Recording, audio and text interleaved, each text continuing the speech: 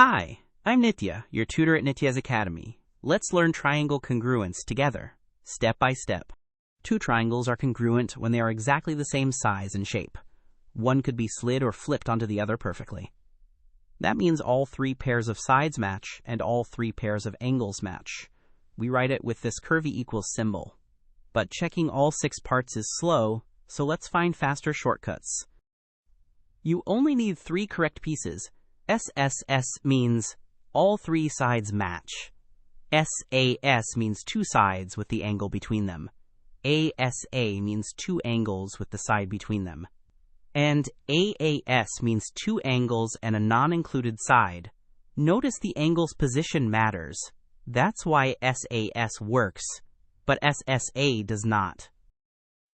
Look at triangles PQR and XYZ. We know side PQ equals XY, angle Q equals angle Y, and side QR equals YZ.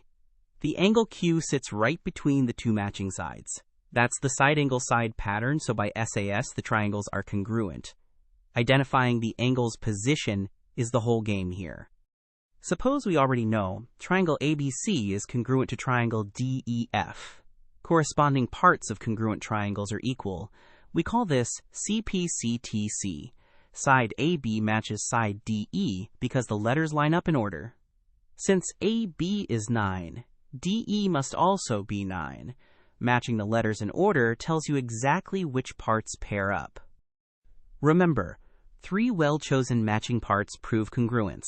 Use SSS, SAS, ASA, or AAS, but never SSA, which can fail.